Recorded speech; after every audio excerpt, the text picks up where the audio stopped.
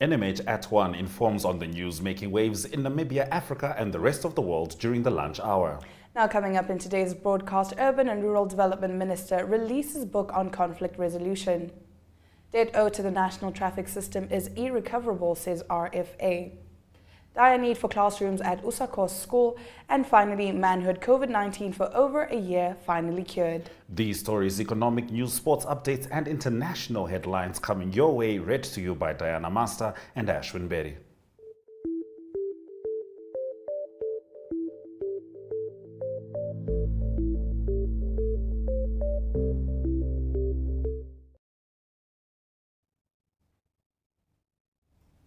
In today's Midday News Update, the Tourism Expo continues today with a lineup of performances which include the soulful sounds of local artist Big Ben. But here to tell us more are Monique Adams and Kenya Kambowe reporting from the Expo.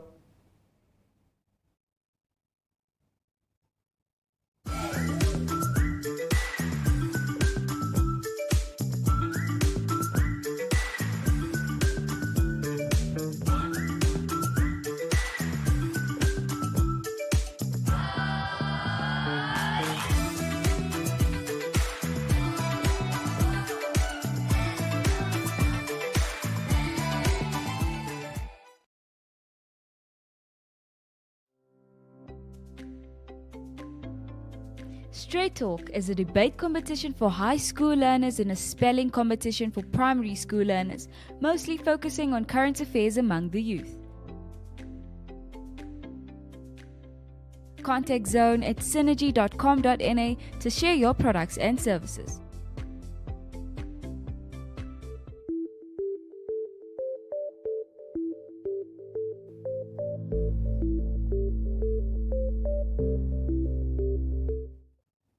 Now, as we stated, there's a lot going on at the recently started Tourism Expo, and Monique Adams and Kenya Kambowe are there.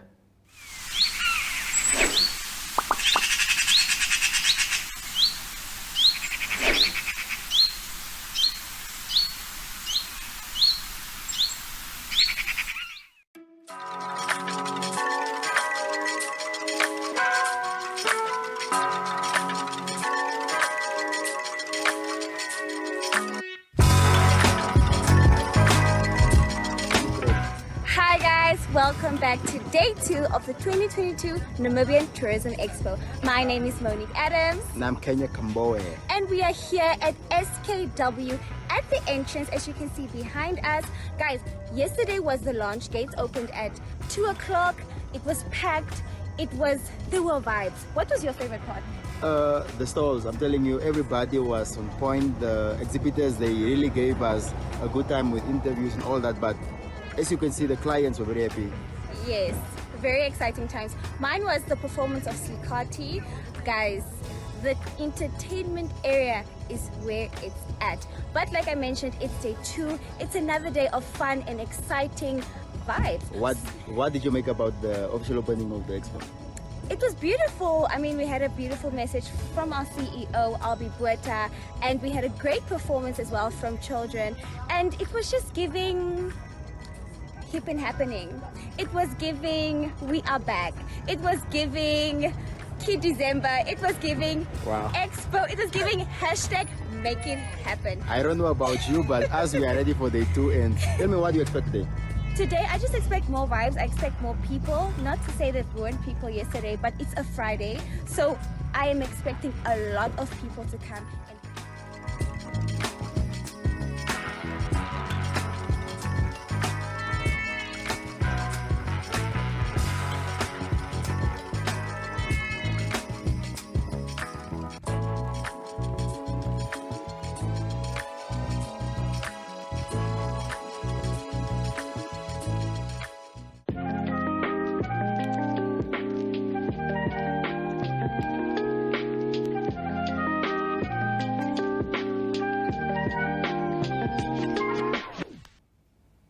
In our visual segment, we bring you news and community stories from across the country. Stay with us.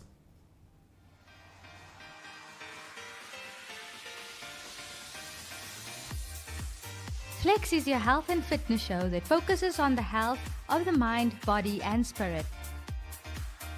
If you would like to feature your brand or campaign on this platform, contact zone@synergy.com.na.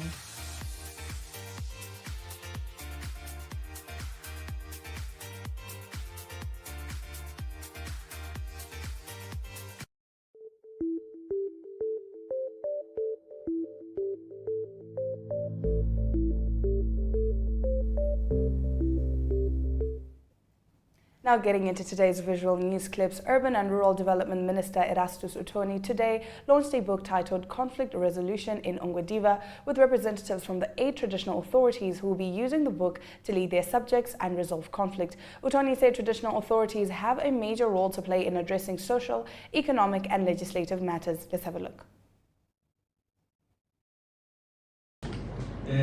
Leaders of traditional authorities, I've already mentioned their names. I don't want to repeat anymore.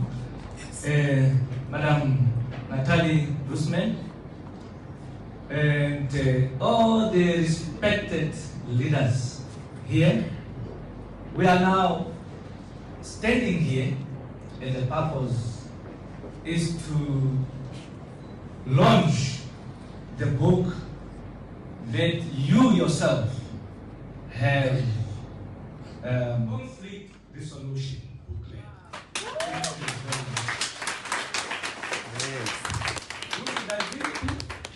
Should I give it to Tateli Pumbu or? Yes. Yes. Tateli Pumbu, you are here in the Northern Central. Now we can speak.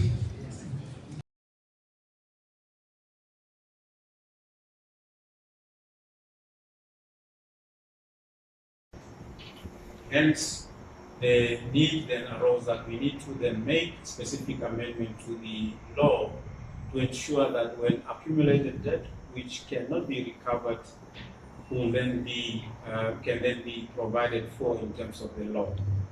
And as I said, at the moment, there is no provision in the legislation for us to do so.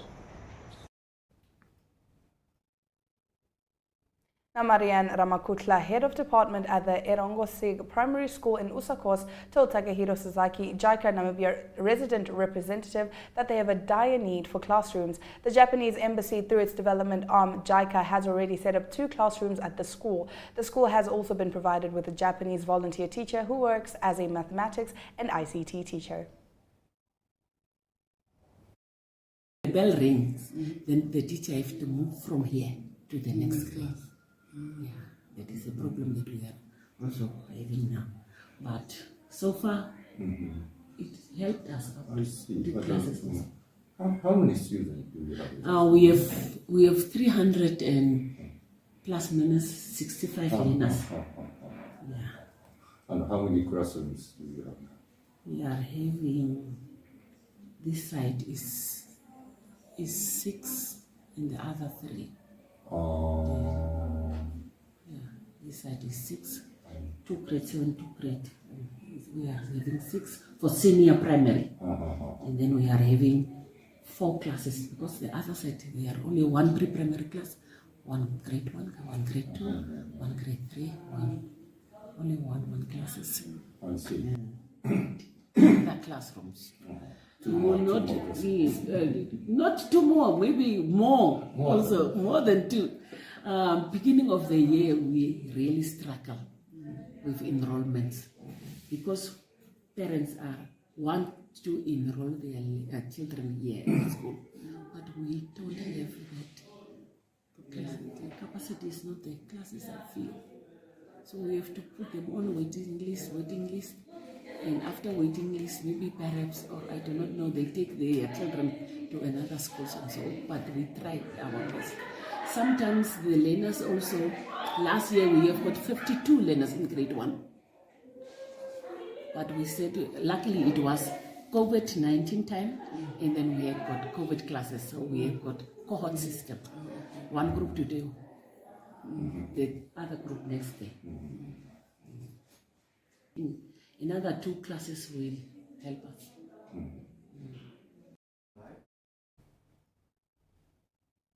After the break, we review pertinent stories from the country's daily newspapers. Stay with NMH at 1.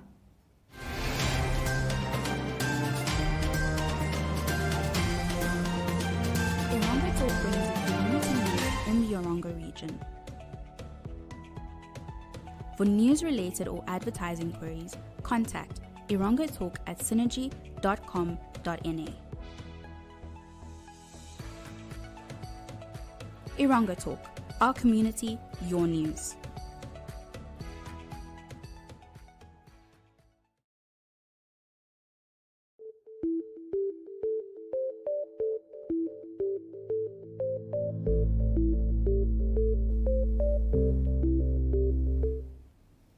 Thank you for staying with NMH at 1. We now take a look at what the lead stories are in Namibia's daily newspapers.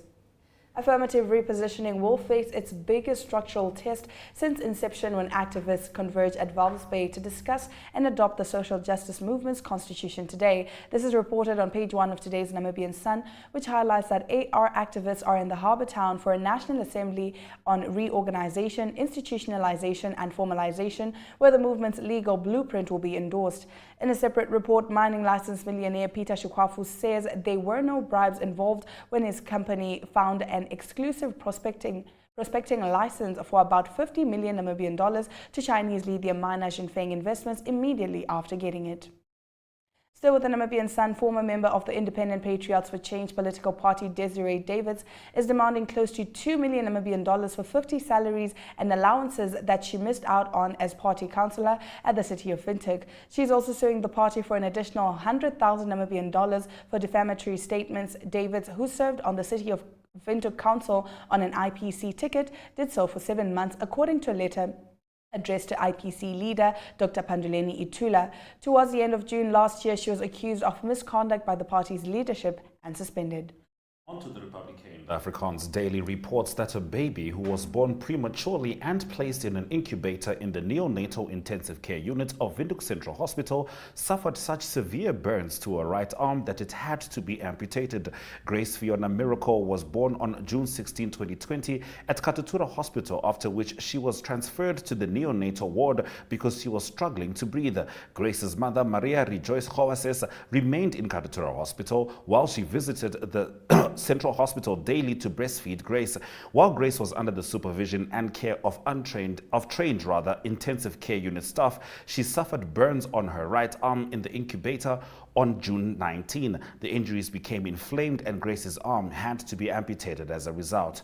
Now the Ministry of Finance is asking for input on the bill being drawn up for Namibia's Welwitschia Sovereign Fund, which was launched in May this year. Consultations at the House of Democracy in the capital were held on Tuesday with civil society organizations and other stakeholders. Helvi Philippus, advisor to the Finance Minister, elaborated on the bill, for which 300 million Namibian dollars has already been set aside. The ministry intends to draft the bill quickly so that it can be tabled in Parliament in the next financial year. Philippus says the fund belongs 100% to the state and must be financed by the state's assets, while the Bank of Namibia will be the fund administrator.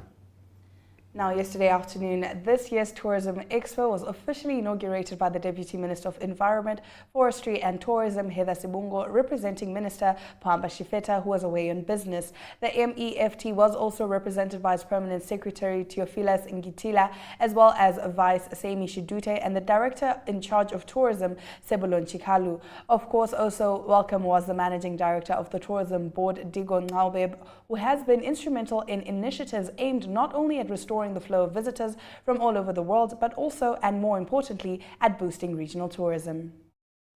President Hage Geingob wants a peaceful resolution to the Russia-Ukraine conflict.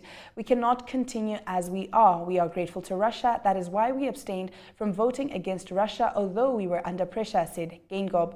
During a visit by Russian Federation Ambassador Mikhail Nikitin, Nikitin delivered an invitation from Russian President Vladimir Putin to participate in the second Russia-Africa Summit, which will be held in July 2023. We are grateful to the Russian people for the sacrifices they have made on behalf of the oppressed. The current conflict should not escalate. There should be a way to discuss the concerns of Russia and Ukraine so that we can have peace, Geingob said. Stay with us as we continue with the newspaper review after this short break.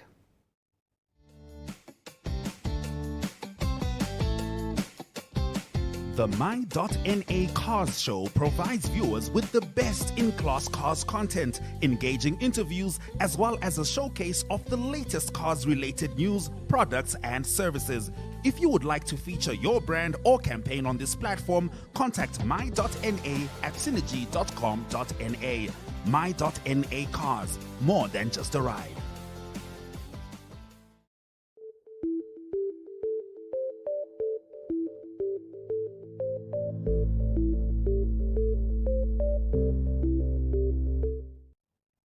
Continuing with the newspaper review, the Namibian newspaper reports that a briefcase company implicated in the 50 million Namibian dollar lithium mining transaction allegedly hijacked another exploration license from a Canadian company that invested over 88 million Namibian dollars in the project. Court documents state that Ralph Muyamba, former technical advisor to Minister of Mines and Energy Tom Alwendo, was directly involved in the process, which benefited his cousin, who is said to have a history of hijacking natural resource deals. On page 3 of the Namibian newspaper, the state-owned water utility NamWater has withdrawn an inappropriate pledge to donate 200,000 Namibian dollars to the Otapi Town Council last week at an event attended by the Prime Minister Sarah Kongelwa Amadila. Minister of Agriculture, Water and Land Reform Kaush Latvain on Tuesday in Parliament said after NamWater received information on the pledge, it launched an investigation which led to the cancellation of the pledge. The pledge was made on Saturday at the Otapi Town Council's mayoral dinner and fundraising event officiated by the Prime Minister. Now, the New Era reports that while Namibia waits for Germany's response to their July 2022 missive to relook the widely rejected tentative genocide agreement, Namibia yesterday revealed their initial 1.1 trillion Namibian dollar reparations demand still stands. The position was revealed by Deputy Bank of Namibia Governor Epson Wanguta, who forms part of the Namibian negotiating team. The New Era reports on its page 3 that a host of socioeconomic factors still keep thousands of Namibians in shacks. These include the rapid and constant increase over the past years in the density of informal settlements due to rural-urban migration, an unaffordable average house price, and the failure of state institutions to address the escalating housing backlog. This was confirmed by the Namibia Statistics Agency in its new report launched on Wednesday. Now, according to Market Watch, the Twin Hills Gold Project, located close to Karibib, is on track to create 750 new jobs in the region and has already brought 224.6 million Namibian dollars of foreign direct investment to the Namibian economy. This was revealed in the 2021 Sustainability Report of Canadian-listed gold explorer and mine developer Osino Resources. Now, in economic news, we revisit Namibia's housing sector as the Namibia Housing Enterprise pleads for land from town councils. Stay with NMH at 1. Take a load off and tune into another episode of Brave Namibia as we take a look at both ordinary and extraordinary Namibians. Brave Namibia is broadcasted on NTV Saturdays at 6:30 p.m. and oneup2.com, as well as broadcasted on the following Facebook platforms on Wednesday at 5:30 p.m. Republican, Allgemeine Zeitung, Namibian Sun, and all Namibia Media Holdings pages. For more information, contact the Brave team at brave@synergy.com.na. Brave Namibia, for the ordinary and extraordinary Namibians.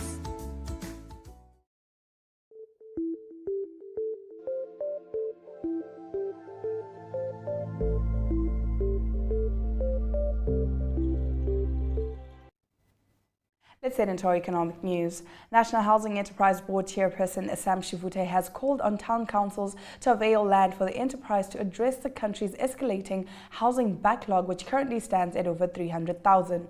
Our commitment from NHE is that whatever local authority makes land available for us, we will deliver. As NHE, we cannot build in the air. What we would want is town councils to make land available for us. We're not saying give the land to us for free. We are ready to buy it, he said. Shivute appealed to the local authorities that have not yet granted land to NHE to do so. He said not availing land is not just for people listed on waiting lists. The enterprise has constructed 461 houses in 9 towns across the country, valued at 135.5 million Namibian dollars for the year 2021-2022. NHE's acting manager of corporate communications and marketing, Tuafi Shafombambi, said one of the challenges faced by NHE is the delays in township development. Inadequate serviced land increases the cost of houses, Some local authorities offer land at exorbitant prices, making it impossible to build affordable houses, he said. Now, Twitter boss Elon Musk is likely to eliminate half of the microblogging platform's workforce to cut costs, and more details on how many people might be impacted have started to emerge, a media report said. Now, Musk met his advisors, including former PayPal executive David Sachs, to finalize a plan to fire about 3,800 workers. The Verge quoted its deputy editor Alex Heath as saying in the report. According to an earlier report, Musk was planning to cut 3,700 employees, and the impacted people could receive 60 days of compensation. Additionally, he intends to remove Twitter's forever work-from-home policy, it added. Earlier, it was reported that Twitter layoffs would hit roughly a quarter of the staff, which would heavily impact teams including sales, product engineering, legal, and trust and safety. Meanwhile, Musk has also dissolved Twitter's board of directors after his takeover, according to a U.S. Securities and Exchange Commission filing. Following this, the Tesla CEO, according to the filing, became the sole director of Twitter. Now let's take a look at the economic indicators.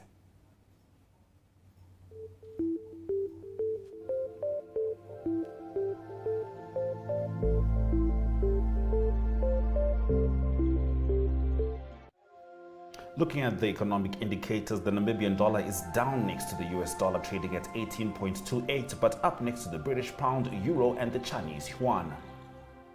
On the NSX, MTC, Unirep, and other stocks maintained their value, with Namibia Asset Management Limited on 0.68 points. Nictus Holdings, NAM, Oryx Properties, and Paratus Namibia maintained their value, while local index and overall index closed down. Looking at commodities, gold, copper, and zinc are on a downturn, with Brent crude oil making an upsurge of 2.17%.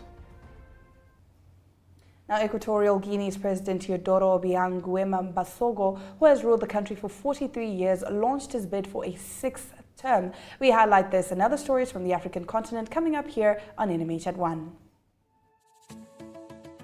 Kom kuier gerus elke Vrydag aan saam met Arjouger, waar hy vooruitskouing doen van wat op die sportvelde reg oor die wêreld gaan plaasvind.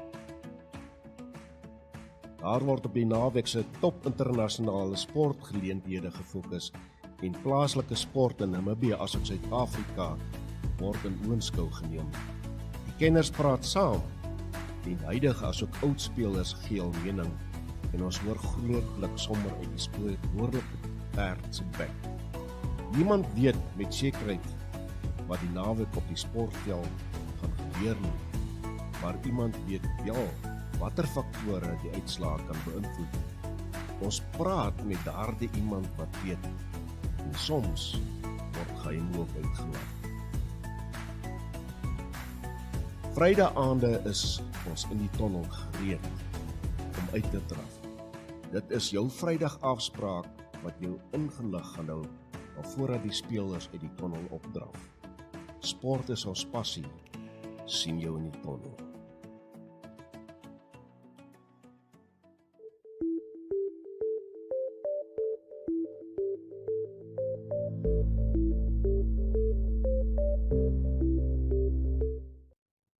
We now bring you news stemming from the African continent and will later extend to the rest of the globe. Now, Equatorial Guinea's President Teodoro Obiang Nguema Mbasogo, who has ruled the West African country for 43 years, launched his bid for a sixth term on Thursday. Mr. Obiang, 80, seized power in 1979 from President Francisco Macias Nguema, who was the leader of at independence, and whose rule prompted a mass exodus and thousands of deaths.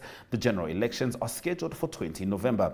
The president told a rally that his party had chosen him to run because I am the symbol of peace that reigns in Equatorial Guinea, the AFP news agency report. AFP adds that the country has 425,000 registered voters out of a population of around 1.4 million. Now, on our next story, drought-stricken Kenya has donated a plane load of relief supplies to neighboring Somalia.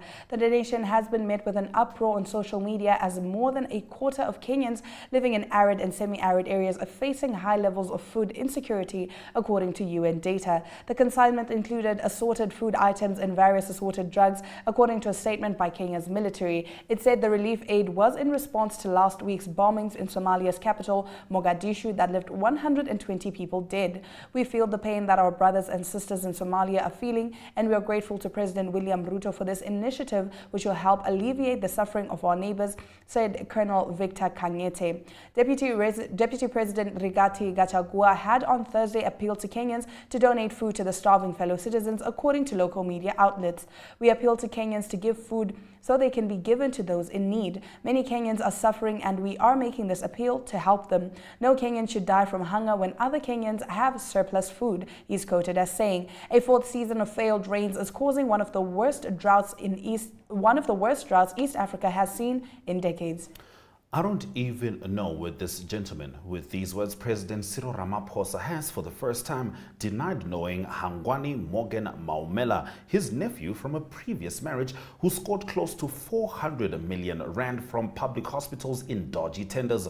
On Thursday, Ramaphosa was in the National Assembly to respond to questions from MPs.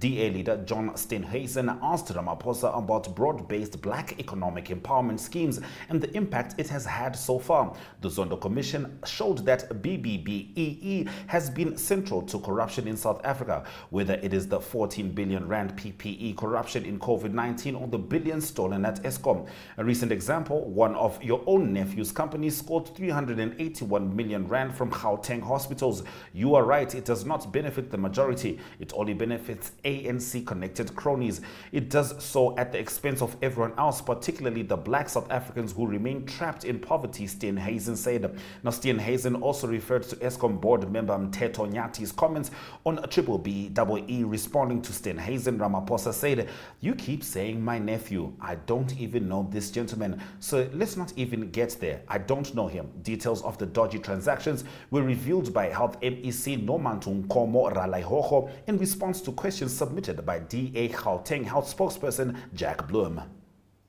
Now, British researchers announced that they have cured a man who was continually infected with COVID for 411 days. You're still with NMH at 1, and we'll be back with this story and more from across the globe after this break.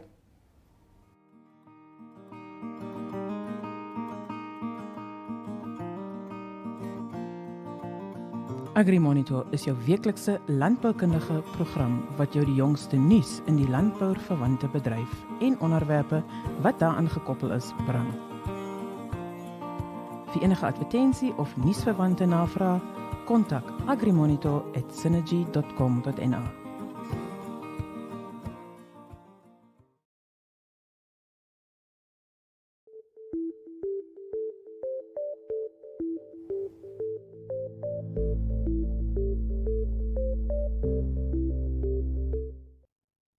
Now let's get into our international news. British researchers announced today they have cured a man who was continually infected with COVID for 411 days by analyzing the genetic code of his particular virus to find the right treatment. Persistent COVID infection, which is different to long COVID or repeated bouts of the disease, occurs in a small number of patients with already weakened immune systems. These patients can test positive for months or even years with the infection rumbling along the whole time, said Luke Snell, a physician specializing in infectious diseases at Guy's and St. Thomas's NHS Foundation Trust. The infections can pose a serious threat because around half of patients also have persistent symptoms such as lung inflammation, Snell told AFP, adding that much remains unknown about the condition. In a new study published in the journal Clinical Infectious Diseases, a team of researchers at Guy's and St. Thomas's NHS Foundation Trust and King's College London described how a 59-year-old man finally overcame his infection after more than 13 months. The man, who has a weakened immune system due to a kidney transplant, caught COVID in December 2020 and continued to test positive until January this year. Now, a hospital electrician serving a full life sentence in Britain for murdering 2 women and sexually abusing corpses in mortuaries on Thursday admitted defiling a further 23 dead women. David Fuller, 68, previously admitted strangling 25-year-old Wendy Now and 20-year-old Carolyn Pierce months apart in Kent, southeast England in 1987. He also pleaded guilty to 51 other offences relating to 78 victims in mortuaries between 2008 and 2020. At a hearing at Croydon Crown Court on Thursday, Fuller admitted sexually abusing a further 23 dead women in hospital mortuaries, including 12 counts of sexual penetration of a corpse, bringing the total number of victims to 101. Prosecutor Michael Bisgrove said statements from victims' families were being prepared for when Fuller is sentenced next month. On sentencing him for murder last year, Judge Bobby Chima Grub said that Fuller appeared to be living a mild and ordinary life, but in seclusion, committed acts of the deepest darkness. Police who searched his home found he had filmed himself carrying out the attacks at the 2 mortuaries where he had worked in electrical maintenance from 1989. The offences include the sexual penetration of a corpse, possessing an extreme pornographic image involving sexual interference with the corpse, and taking indecent images of children. Truly, truly traumatic. And now after the break, we take a look at the local sports news. The Agenda is a weekly national affairs interview program hosted every Sunday by Namibian Sun editor Toyvon Jabela, featuring a panel of high-profile newsmakers, analysts, and experts. If you would like to feature your brand or campaign on this platform, contact agenda@synergy.com.na. The Agenda, focused on today's conversation.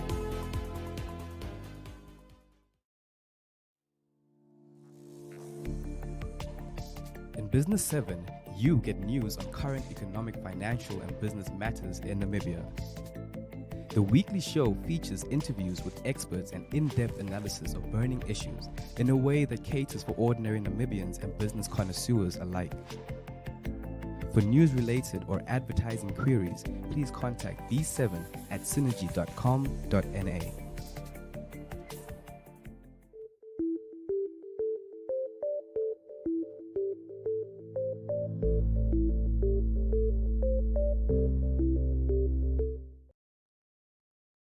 Thank you for staying with NMH at 1. Let's take a look at the news headlining the local sports scene.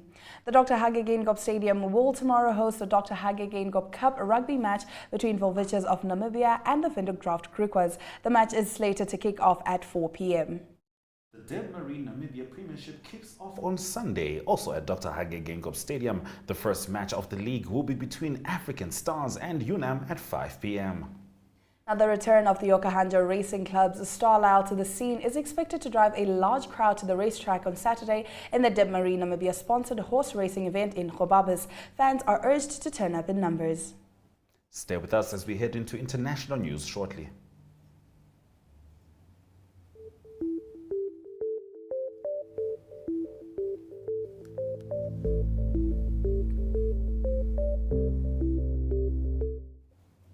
Canada have a seemingly small task in Qatar to improve on their last appearance at the World Cup. Score. Canada's return to the World Cup should be seen as a success in itself, a sign that the North American ice hockey powerhouse is no longer an outsider when it comes to men's soccer. They have appeared at the finals once before in 1986 when they crashed out at the group stage with losses to France, Hungary and the Soviet Union and failed to find the net.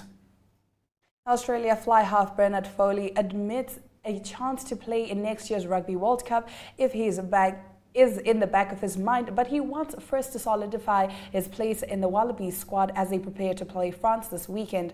The 33-year-old who played in the 2015 final when Australia lost to New Zealand at Twickenham was recalled to the Wallabies squad in August for the first time since the 2019 World Cup.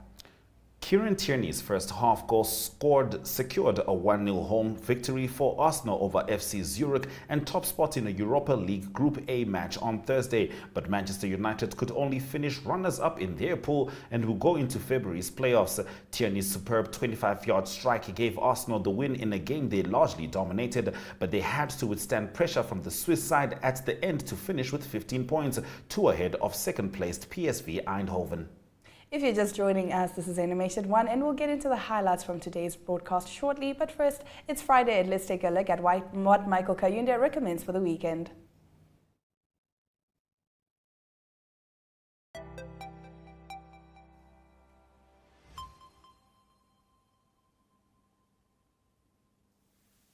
Hello NMH at 1 viewers, my name is Michael Kayunde. I'm back on your TV screens to give you guys a lowdown of some of the events that are taking place this weekend. This weekend is quite packed as so many things are happening, but to start with, please you catch chill sessions tonight at 1900 hours on Namibian Sun's Facebook page, and you can catch the repeat that is tomorrow on NTV. Moving along with the events that are taking place this weekend, Kasi Vibe kick-started yesterday. It's taking place at Sam Nujoma Stadium and it's going to go on until Sunday. Some performances you can expect, Exit, Spuza, Slaughterhouse, and so many other artists that you can expect on the lineup. That is for Kasi Vibe. Another event that is taking place in Windhoek this weekend is the Namibia Tourism Expo at SKW. Tonight, Big Ben is going to be performing, and then tomorrow so many other artists, including artists from SA, are on stage. So please make sure you make your way to SKW for the Namibia Tourism Expo taking place this weekend. And lastly, the Windhoek Fashion Week kick-started this week as well. So the fashion runways are taking place today and tomorrow. The event is taking place at Marua Mall at the upper parking. So those are some of the events that are taking place this weekend. Until then, please make sure you go out there and support the events and also have fun responsibly. Until then, from me, Michael, it's bye-bye.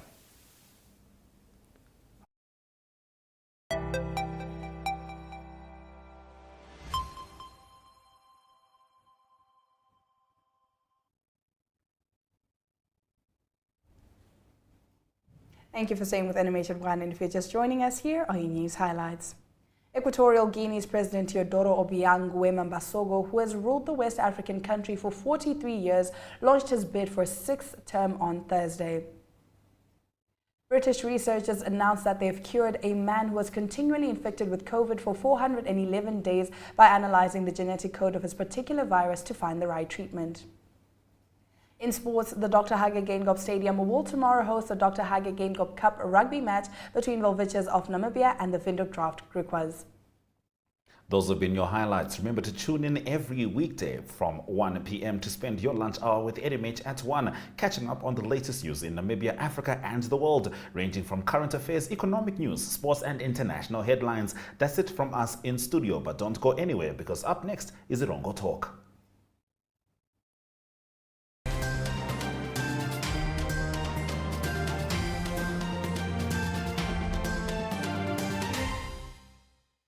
Hello Irongo Talk viewers, and welcome back to another exciting episode of your Irongo Talk episodes.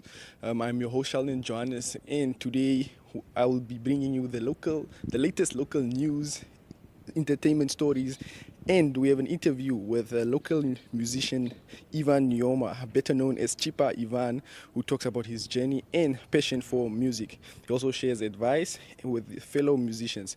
And then later on in the show, we have a surprise for you, so stay tuned for that. But then for now, we have our calendar day, which is Common Sense Day.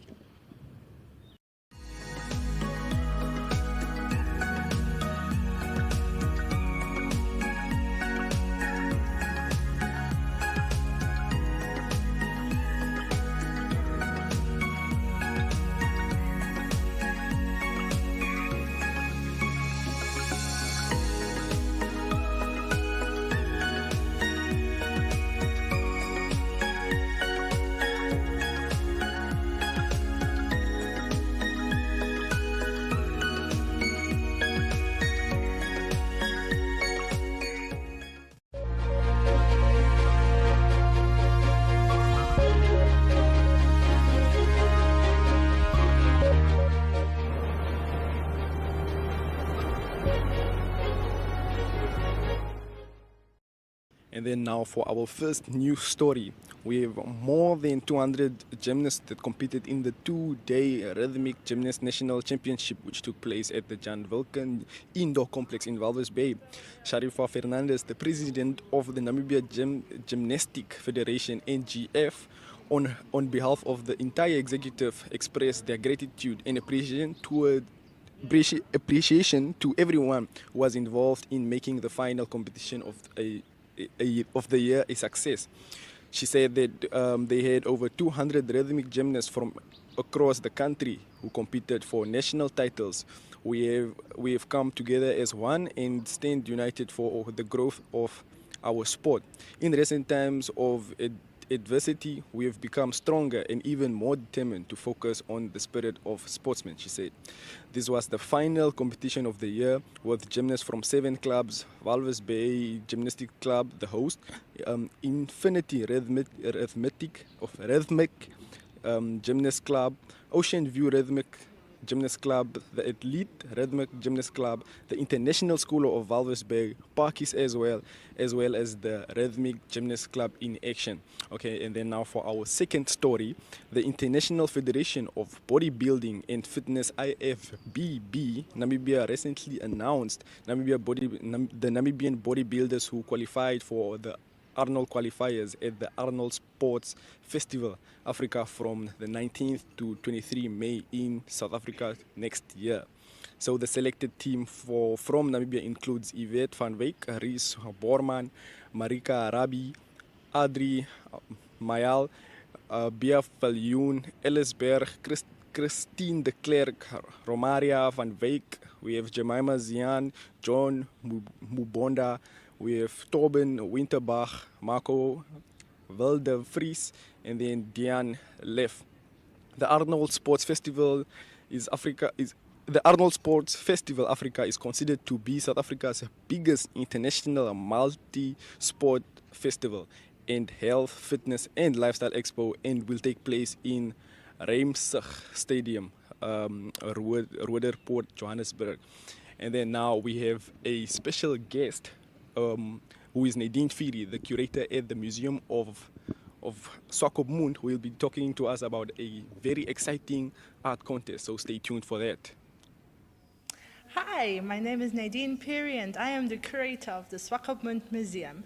Today I'll be talking to you about the exciting new competition that we have going on, the Creative Competition 2022. The topic is Yesterday and Today.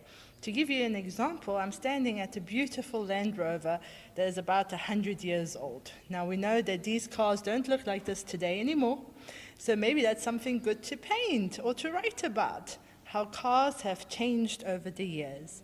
This competition will be running from the 1st of November until the 11th of January, and we have different groups, ages 5 to 9, 10 to 13, 14 to 18, 19 to 99, groups up to 5, and even creative writing, there's 2 groups. Now for each category, there's amazing prizes, like gift vouchers to be won. Also, you can enter almost anything, may it be drawings, painting, collages, mixed media, short stories, poems, wherever you like. But remember the theme, yesterday and today. So it has to be something old compared to something new. So if you want to see some old things and compare them to the new things, you must have a visit to the museum. We open daily from 10 to 5, and you are very welcome to also ask me for information. You will find me every day here from 8 till 3, and you can even contact me under the following cell phone number, 081 2947 344. Let me just repeat that, 081 2947 344, if you want to know anything more about the creative competition or anything else. Then, on the 13th of January, we have the big prize giving, where we will reveal the awesome winners of this competition. And later that evening, we will have a special surprise for you.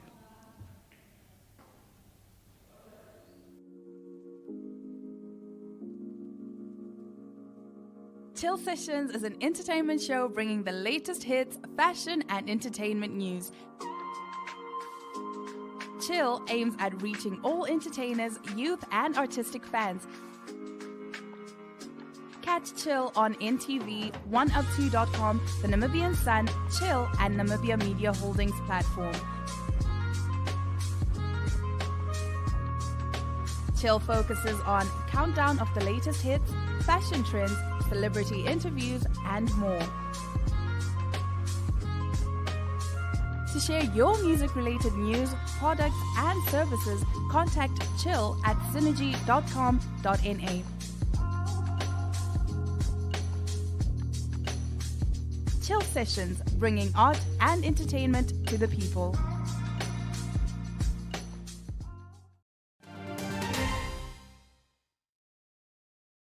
Hello viewers, I'm joined by Chipa, artist here based in Walvis Bay. How are you doing, Chipa? I'm good, man. What's up, bro? I'm good, man. Yes, yeah. So for those that don't know, man, what type of music do you do? Actually, I'm a Kwaito artist, but due to the marketing and all that, we have a lot of music genre, and a lot of people are listening to different types of things.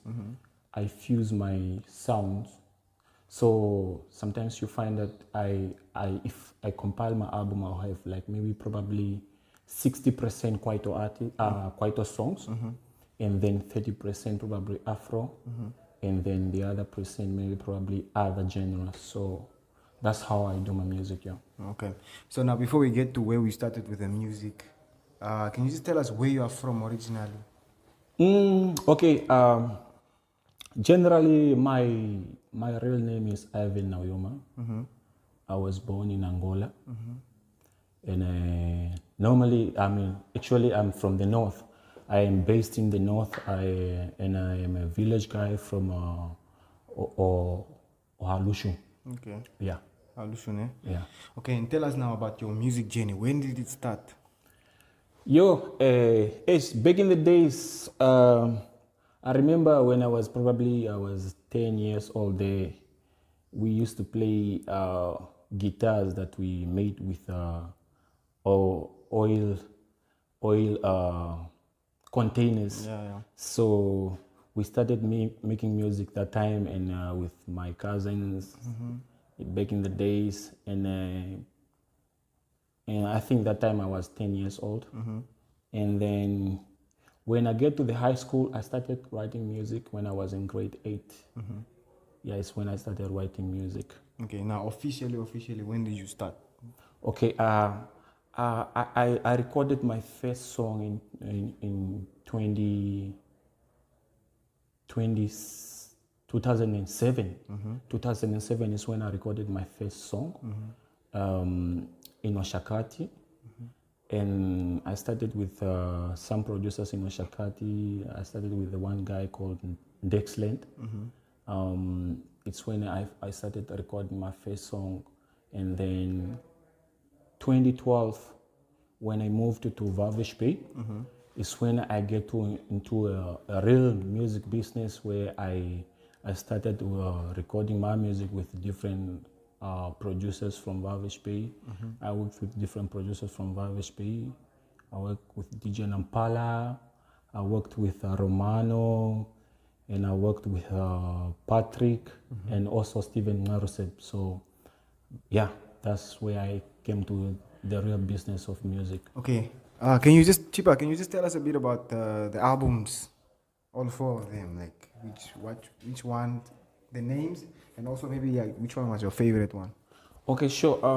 I have my first album was My Umbrella, which is like it. I named the album stating about my first my creating, it's like creating my shade or a foundation for my business, music business. So that's the reason I named the album My Umbrella. It's like I'm creating a shade for myself where I can generate or start.